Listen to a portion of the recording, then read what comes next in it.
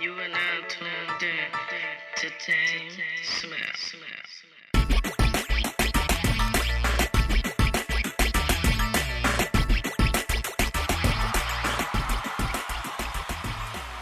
Make my voice come in that nice and crispy.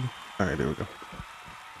Good morning and welcome to episode 11 of Musician Talks. This is DameSmiff, and today I want to talk to you guys about pressure as an artist. Pressure, what it means, why it's beneficial, why it happens, what it means. So, what is pressure as an artist? Pressure as an artist comes in many different forms for people in general, but for artists it's a little more particular because this could mean the difference between putting out a successful project and it being received well, or the difference between you doing that or just crumbling under the pressure in general.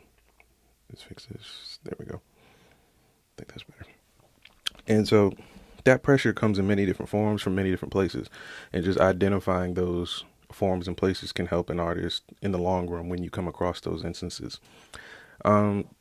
So for me, the way I like to view pressure as an artist, pressure is your accuracy as an artist. Like if you're a painter or a musician, how well you can accomplish the goals that you've set in front of you.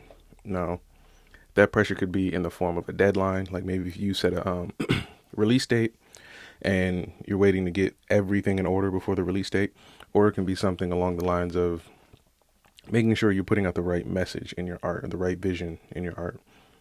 And so for me personally, it just really comes down to deadlines, because I don't really have a particular message I want people to get out of my stuff. It's more of a personal journey for me.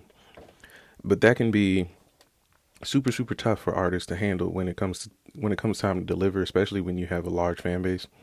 Because a lot of times artists who are fan base driven, most of their demands are coming from the fans, not necessarily people who are artistic or even understand what the artist has to do to deliver their art. Is just people who just want to consume as a customer. And that's where I was talking about how you can either rise to the occasion or crumble under the pressure. An example of rising to the occasion could be similar to how older acts in the music industry, they'll tend to drop maybe a rehashing or a remixing of older music just to keep people listening to updated versions of what they already love. But then at the same time, there's the other hand where artists can, as they get older in their act, continue to produce more and more and more and more and more and more, so people have more to consume as they spend their time with you as an artist. Now, this can again be the falter of different artists, because some artists operate differently. Some artists have different MOs. For example, let's say like the big A-list artists, Kendrick and J. Cole and Jay-Z and all them, they don't constantly put out music every month or every quarter for that matter, because they're banking on not everybody enjoying it, but everybody wanting to listen, doing that click that we all go for. So in the same vein, another artist, they can't bank on their fan base sticking to a project or even an art form or art style for an extended period of time. So they have to bank on keeping you guys consistently stimulated when it comes to their art and consistently consuming. And that way they can make sure that they're hitting they're striking while the iron's still hot. And again, that's a lot of pressure for an artist, because if you don't deliver at the same or even better quality, a lot of fans, they're going to just subside and just leave or just not purchase what you've delivered. And finding that balance is super important for an artist. But the trick to it, to being a successful artist, is finding where you fit in your pressure. So, as I explained, for me, I don't have that, I would call it a luxury. I don't have that luxury of being able to put out music consistently over and over and over and over again, and it being of quality. Because if I were to do that, it would be such substandard shit coming out of my collection. I don't want that. I want a large collection of music that's generally high quality for my standard. So with that being said, the pressure for me is the quality, not necessarily the timeline. So I will find success later than the people who, put out a lot of music now at high quality, because it's just a speed game at that point. Like they just have more of it. So why this would benefit an artist having pressure? Well, as an artist, you don't want to get complacent, or even just to keep it simple, you don't want to get lazy with your work. At the same time, you want to be able to pursue newer heights, newer limits, push those boundaries, and and honestly take your fan base there with you. You don't want your fan base to be the same people you started out with that have never changed. You want people who will grow with you. That way, the evolution is kind of cyclical, meaning as your favorite artist grows and changes, your tastes and your expectations of that artist should change as well. And if they don't, then it is what it is. But as an artist, that's ideal because, like I spoke in previous episodes, the human aspect of you wants to change, develop, and adapt to what's going on around you and experiencing in life. But in the same hand, you want to be able to deliver a product as an artist. See, and then that's where the balancing acts tend to get tricky for different people because people handle pressure differently. And so sometimes the growth for an artist can be in the good direction, or it could be for the worse.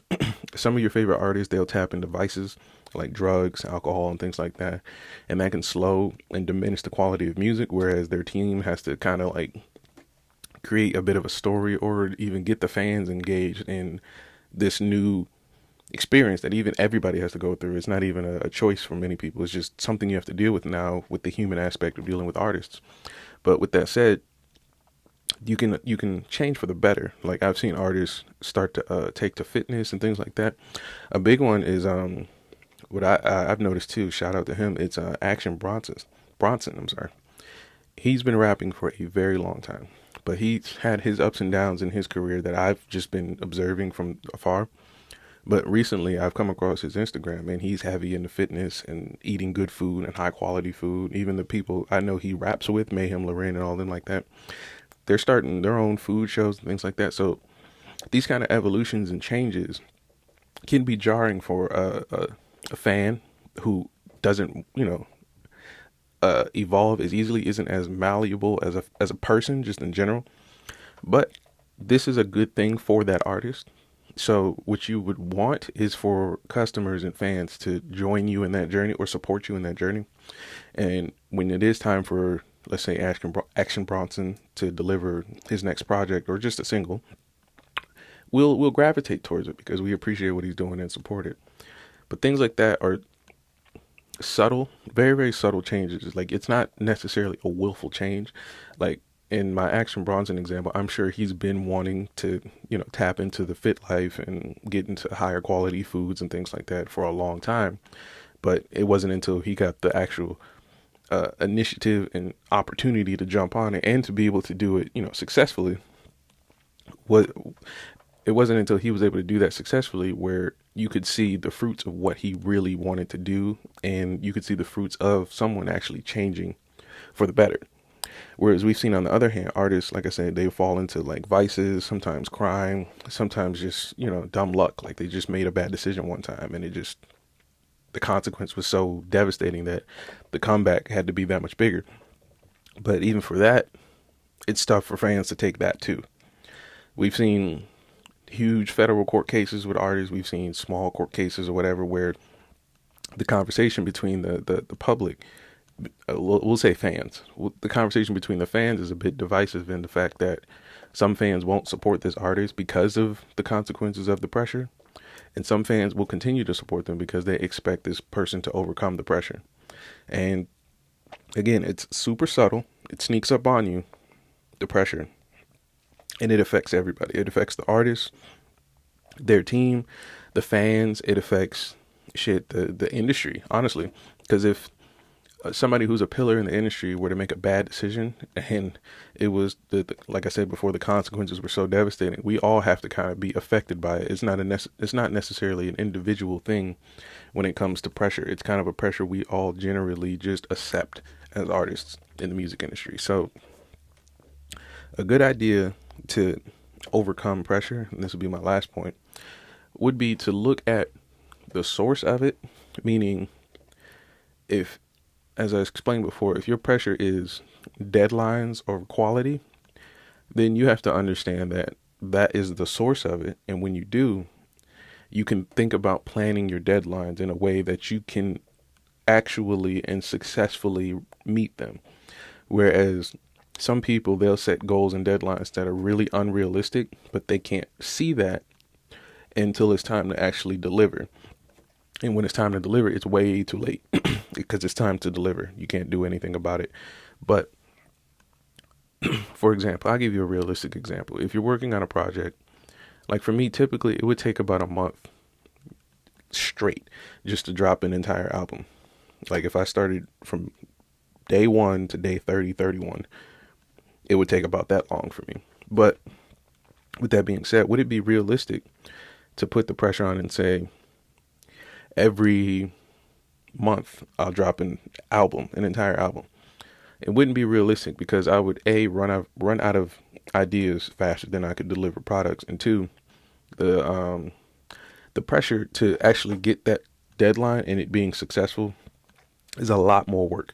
Because if I were to start creating an album month or on day 1 of the month, by day 15 of that month, I should be promoting that album that's going to drop.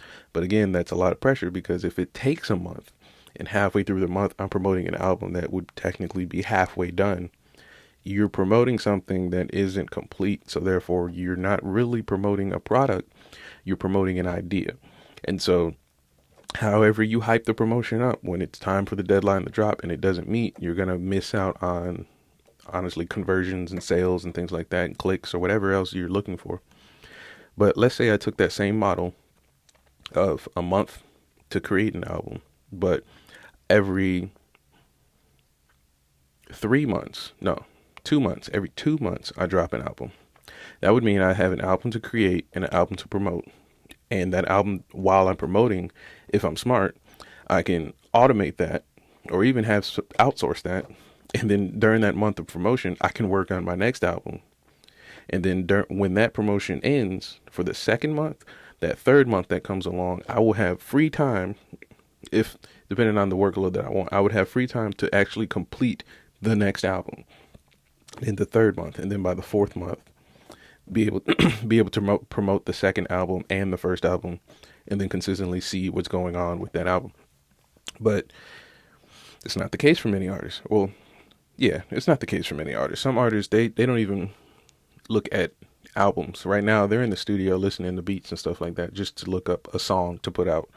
So the idea of putting up an actual project or a complete packaged deal together of music is not few and far between, but it's not necessarily at the forefront of many artists. A lot of artists just want to put a sound out, and necessarily not their own sound, but a sound, period.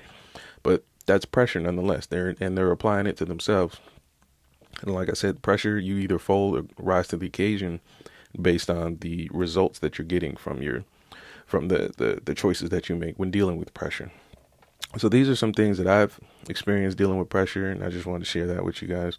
Maybe see what you guys are dealing with as artists when it comes to pressure. Sometimes pressure has nothing to do with music. Sometimes pressure could be just, financial goals, family goals, fitness, like we said with Action Bronson, things like that. So it's just something to think about. Make sure if you're feeling pressure, identify it, find the source of it, and then from there you can decide what you're going to do as far as to either alleviate some of that pressure or to take it head on and adapt to it and become successful. So that's Musician Talks, episode 11 with DameSmiff. Be sure to like, share, subscribe. Again, this will be on Facebook Live first. I'll chop it, edit it, put it on YouTube, and I'll see you guys every day except for Wednesdays. Peace.